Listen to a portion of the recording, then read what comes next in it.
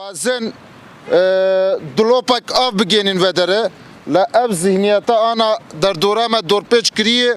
zihniyetek naxwaze Kurd dilopek av vexwin gelê me divê baldar be bivîne bişopîne rastiya xwe heqîqeta xwe em dişopînin ser ve arîngariya em Kurdin milletekî mazlûmin li heman deme de me berxa bidin ji bo hebûna xwe nasnama xwe milletê xwe rastiya xwe em zanin polîtikayên ser me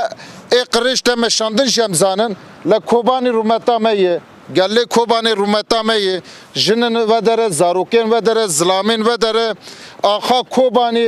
li qada ciyane deng veda li hemberî Daişê bedelek me zinda li ana jî doraniya Kobanê hatê dorpêçkirin dixwazin dibir de bifetisînin li gelek sazî hene gelek karsaz hene gelek parêzvanên mafê mirovan li vedere ne